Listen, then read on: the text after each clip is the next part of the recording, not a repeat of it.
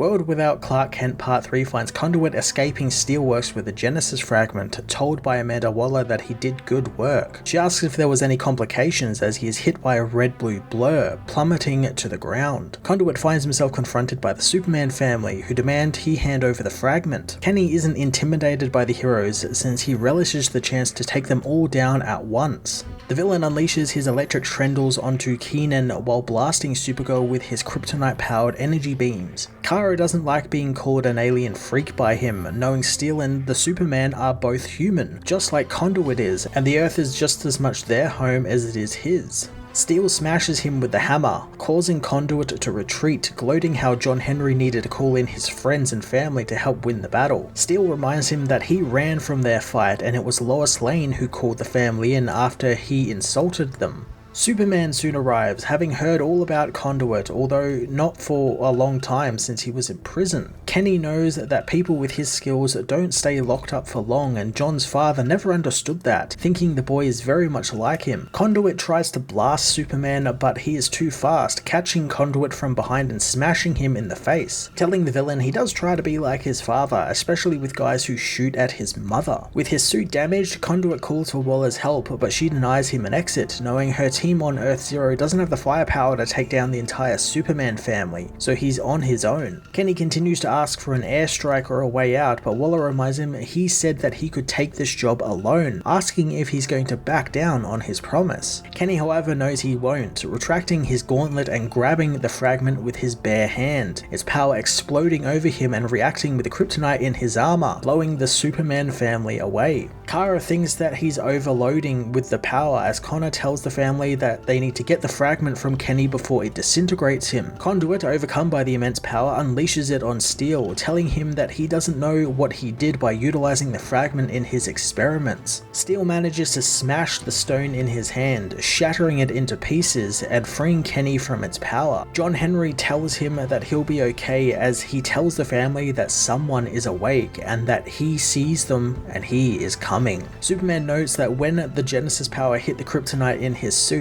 it's like it ignited it. Supergirl also notices that the fragment is utterly destroyed, and Steel said that Thawlar will die without it, but John Henry knows that Kenny would have died if he didn't destroy it, and it felt like it was something that Superman would have done in that situation, and every life is worth the same, and they'll find a way to save Thawlar since Superman didn't give up on her, and neither will they.